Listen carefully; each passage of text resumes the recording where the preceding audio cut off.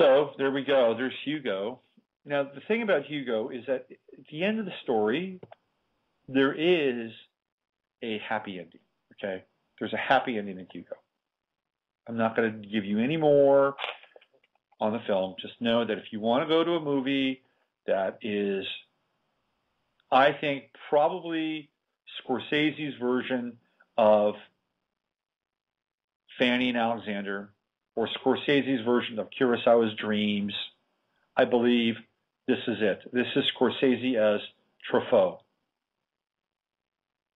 And you won't be disappointed in terms of how you feel. It's actually not a bad feeling if you want to have 2 hours of your life, diverted in kind of a magical way. I recommend Hugo. But I don't think Hugo is a great film. It's great in the context of our times. I don't think it's a great film. But at least Scorsese can get to make films. By the way, I have an interesting Scorsese story. So quite a few years ago, I was hanging out with a fairly well-known musician. He does a lot of soundtracks, and he told me a story that while Scorsese was making Casino, that he wound up having an affair, and his wife found out. She divorced him, and she had a lot of money. She accrued a fair amount of money through her time with Scorsese, and she didn't need the money. But the conditions of her divorce were that she would get to pick 6 movies, themes that he would have to direct. So think about that. She went to the heart of his world. She became the studio, and she would say, you know what, Martin? It's time to do a movie about the Dalai Lama. Go do it. And so what does Scorsese do? He does 7 years in Tibet. That is power. And that's what her settlement was. Okay, it's 10:45, actually 10:47 here in California. And you're listening to the Monday Mashup. I want to just take a moment here to tell you about a Facebook friend named Scott Katamas. And some of you may know him. He may be your Facebook friend. I don't know. But he was my Facebook friend early on. And I have to say that, when I first saw what Scott was doing on Facebook, I was in my angry anti-New Age phase. And I'm still kind of anti-New Age. I'm not as angry, though. And I saw what Scott was doing, and he was really into this compassionate communication and Marshall Rosenberg, and, using his relationship with Al Gore, because Scott had a pretty hands-on relationship with Al Gore, the whole climate change thing, to kind of forward his he was creating a profile that was, in my mind, super progressive, super green, super New Age, super let's continue the trance and the spell that we're in. That was my impression of Scott. And I never really called him out on it, except one time, because he was going all over the world on these amazing vacations and teaching in seminars with his wife, Shuchi. And, one day I just sent him a message, like, hey, man, it's like you're traveling around a lot. I mean, I know you're a green guy and you're into the carbon footprint, climate change. How do you rationalize traveling all over the place with your ideology? And he basically said, well, I said, do you buy carbon credits? He said, well, it doesn't really work that way. So I cracked him a little bit on it. I wasn't too hard on him. But inside, I'm thinking, these people, this is my thoughts, right? These people are one of the reasons why we're in so much trouble. They're living in a dream world, living in a fantasy world. They don't see what's happening. It's Marin County. It's the epitome of Marin County. So in my mind, Scott became kind of an agent of the Matrix. That was in my mind. And I didn't disconnect him from being a friend. He was all, still there. Anyway, just found out from my friend Linda, who helped me out yesterday with the car, that Scott's wife is dying.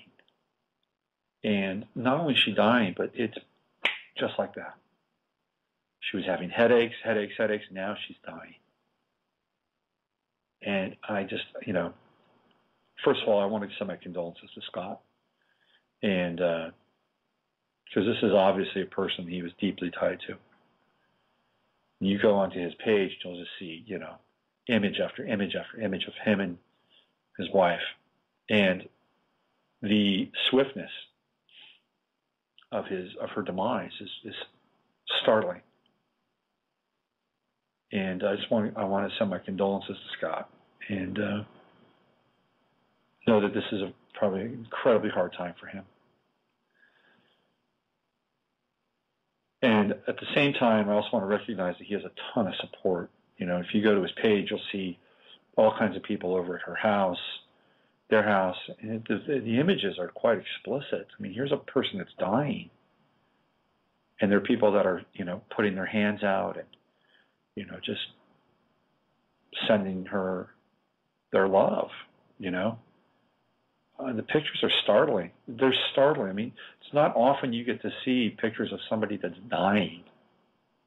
And it's not often that you see pictures of people around that person who are conscious and aware of the process.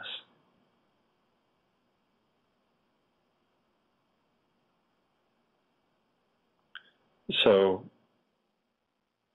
Scott, my condolences to you, and I truly hope that you move through this and grow through this and are able to integrate it into your life. And wherever his wife is going, she's having a great send-off party.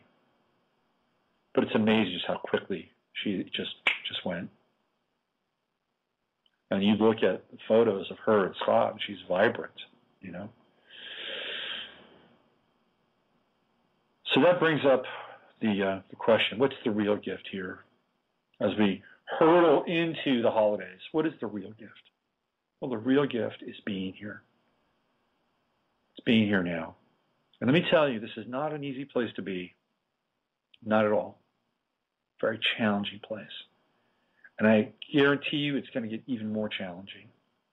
We're not going to wake up all of a sudden and, find ourselves. Maybe we will. I don't know. Maybe this is just my mindset. Maybe this is where, all gets sorted out in the multiverse. I don't know. I hope in my version of the multiverse, that I'm surrounded by everybody that is connected to my show and my website, and we're all there together, and we get to create a really cool world with a bunch of other people that are like us. Hey, why not? If that's my version of the multiverse, bring it on.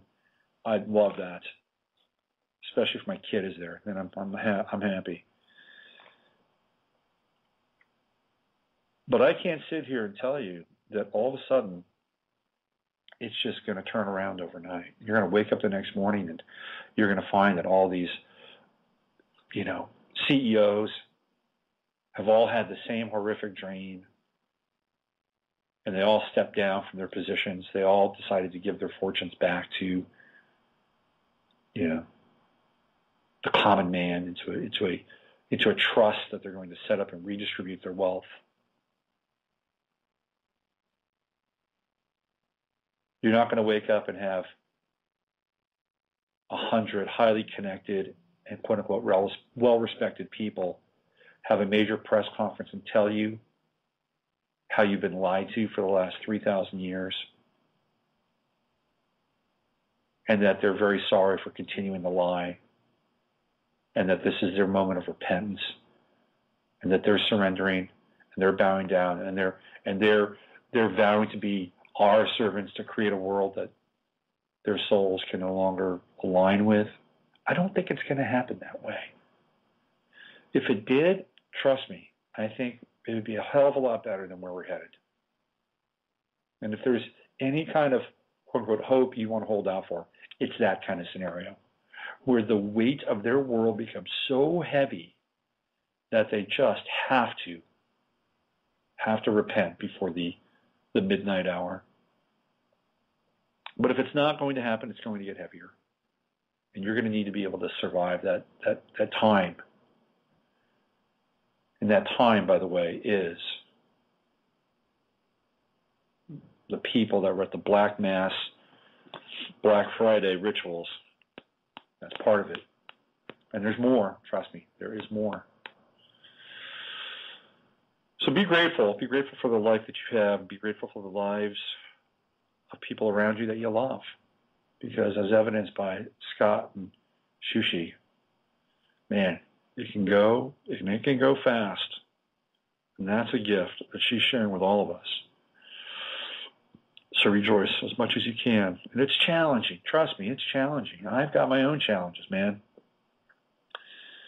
And, they're brought on by people that I don't always see eye to eye with. And in some ways, I've got to wrap my head around that.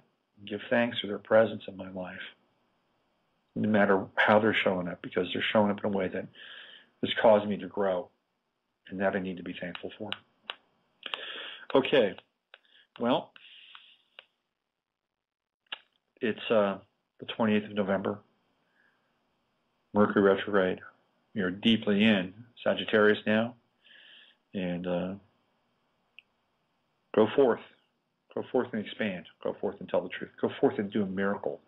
Perform a miracle for somebody today. Sagittarius is a very magical sign. I know Janet, who's our chat room maven here, she's a Sag. Let me tell you, man, that's a magical person. She does a lot of really nice little miracles for people, and I really appreciate that about Janet. She's a Sag. So we're all Sages for the next, 20 days or so, which is less than that. Yeah, 20 days.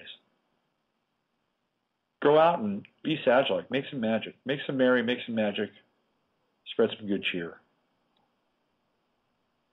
You'll feel better. You'll feel better for it. All right. I'll be on Wednesday, and I'm going to try to get, I've reconnected with Rob Tillett. I've got a couple of people that I'm trying to get on the Wednesday show that are astrologers, so we can actually talk astrology. I like it when we talk about astrology. I don't have anybody lined up for Friday yet. I'm going to be working on that. But I'll be back here on Wednesday for Navigating the Astrological Matrix. Got a Facebook page now for the show. You can go there.